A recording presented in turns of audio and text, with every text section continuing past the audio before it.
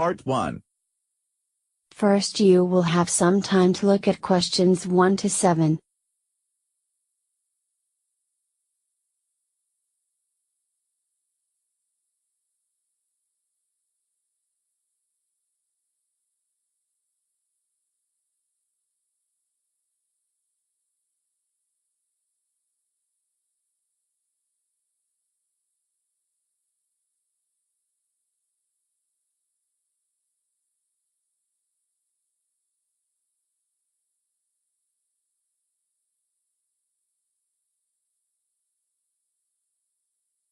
Now we're ready to start. Listen and answer questions 1 to 7. 1. Weather forecast. So, tomorrow and Friday, we can expect more of this lovely hot weather, with bright sunshine, so don't forget to wear sun cream. Saturday and Sunday will be cooler and cloudier, but it will stay dry without any rain, and there might be a few sunny periods.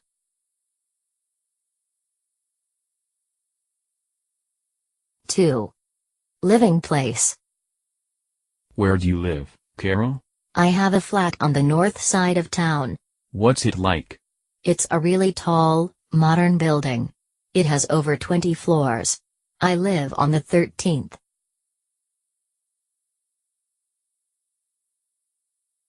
3. Favorite things. Does my cat count as a thing? She's really affectionate and comes up to me as soon as I get home, purring away like mad. She makes a lot of noise for a tiny thing. She loves being stroked and comes and curls up next to me when I'm on the sofa. She's great company.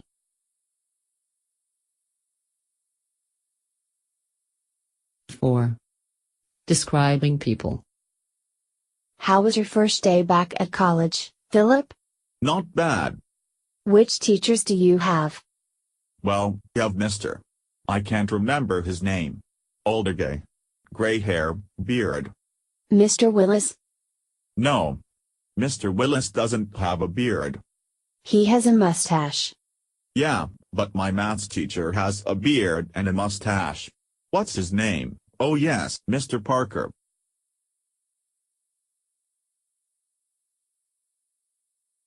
5.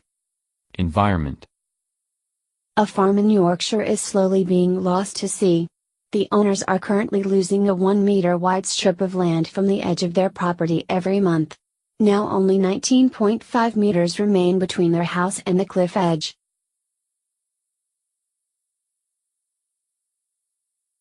6. Holidays.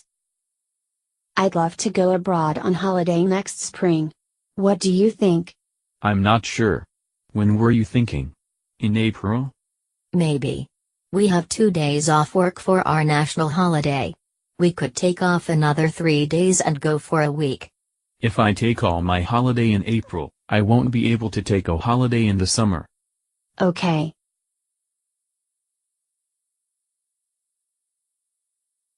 7. Leisure time. The working week shortened considerably, giving workers much more free time.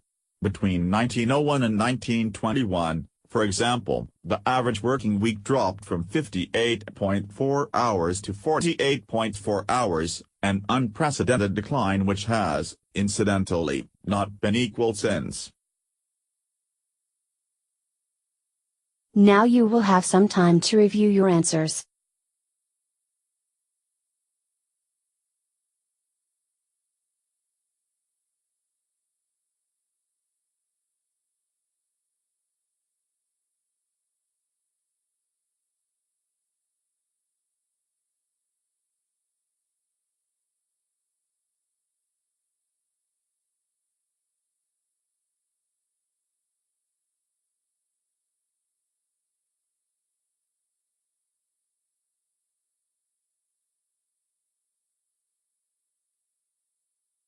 That is the end of part 1. Part 2. First you will have some time to look at questions 8 to 11.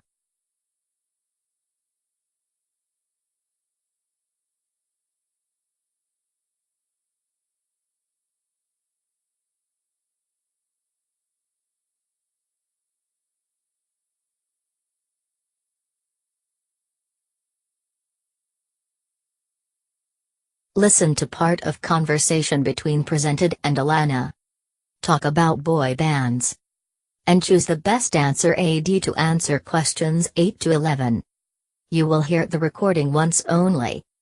Now we're ready to start. Listen and answer questions 8 to 11. The internet is full of articles about what makes a good boy band, but many bands appear and disappear without a trace. Alana, it can't be as easy as following a formula, can it? No, I don't think so. The traditional formula is that you have 4 or 5 good-looking young guys with some musical ability and the ability to dance. They tended to wear the same or very similar clothes when they performed, so you had to decide on a look for the group. The most important element, however, was said to be that the band members had different and very distinct personalities. Right, the cute one, the rebel, the shy one, mysterious one. Yeah, although sometimes they all just seem like the cute one. The idea is that different boys appeal to different girls, so you can have a bigger fan base. There's someone in the band for everyone. So, do you think this all still holds true, or have things changed in the 21st century? Yeah, I guess things have changed for several reasons, partly just because we needed a change, but mainly because of changes in the media and with new technology. Take One Direction. I've been counting the seconds before you mentioned One Direction. Well, we have to talk about them because they're the biggest thing at the moment. Although, who knows how long they will last. Oh, ages and ages. We'll see. Anyway, One Direction, as you know, came to fame through The X Factor, a reality show. And that was a great way to start. You had loads of people watching them every week and wanting them to win. They felt as if they had a personal stake in their story as they voted for them every week. Now you will have some time to review your answers.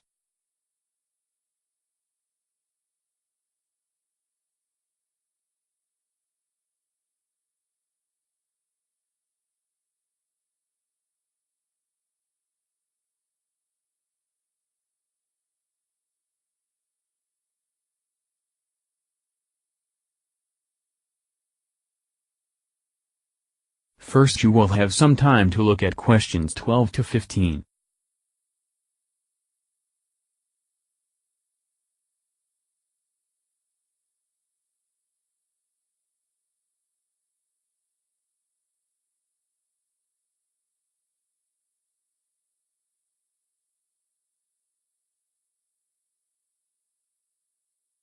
Listen to part of conversation between Jeff and Tim.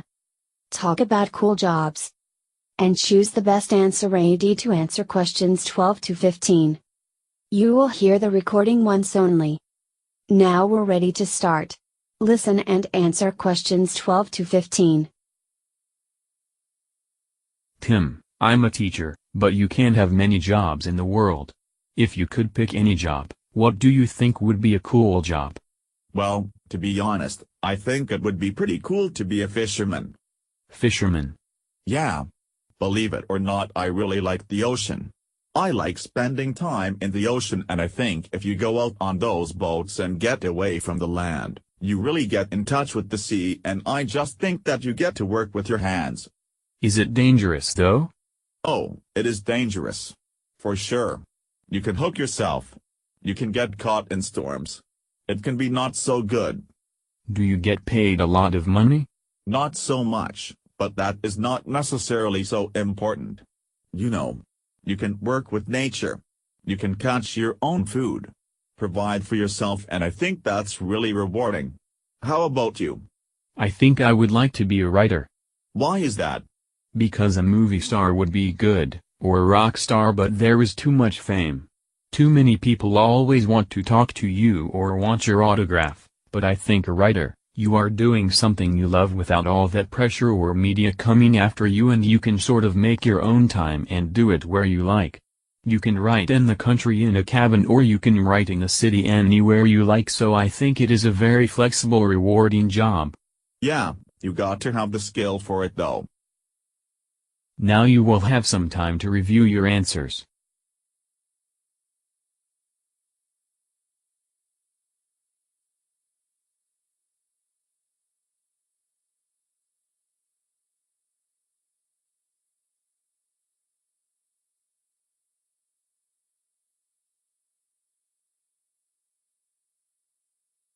That is the end of part 2. Part 3. First, you will have some time to look at questions 16 to 20.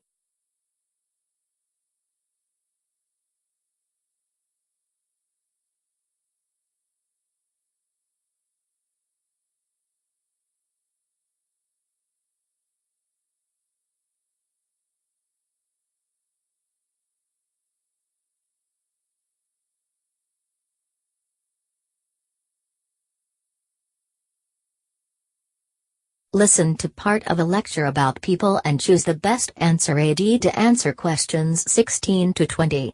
You will hear the recording once only. Now we're ready to start. Listen and answer questions 16 to 20. My name is Jeff Eager and I'm 32 years old. And I'm from Canada, and most people in Canada are Christians. They're Catholics or Protestants, and my parents are Catholic. But I've done a lot of traveling in my life, and now I'm interested in the Buddhist religion, Buddhism. It's a very peaceful religion and it has some philosophies that I believe in. For example, it talks about detachment.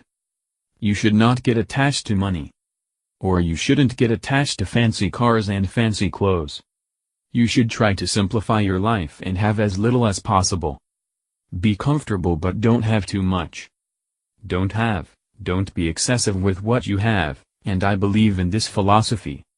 The Buddhist religion also has a philosophy of karma, of the cycle of good behavior, brings you good behavior in return, and if you act bad things will happen to you, and I think this is kind of true because if you do good things for people, most of the time good things happen to you. People treat you well. If you treat people poorly, and badly, people will treat you badly. So believe in this Buddhist philosophy of karma, and good things will happen to you if you do good things for others. Canada is a very peaceful country, and I'm a peaceful guy. I don't believe in fighting and I don't believe in war, and my neighbor across the border, the United States of America, is at the moment at war with Iraq, and for me this is a very senseless or sort of silly thing to be doing. I think it wastes money and it wastes lives, and I think there should always be some sort of peaceful way to end an argument, so I believe in peace and I don't think war should be. I think war is a waste of time, and a waste of people, and a waste of lives. You will now have some time to review your answers.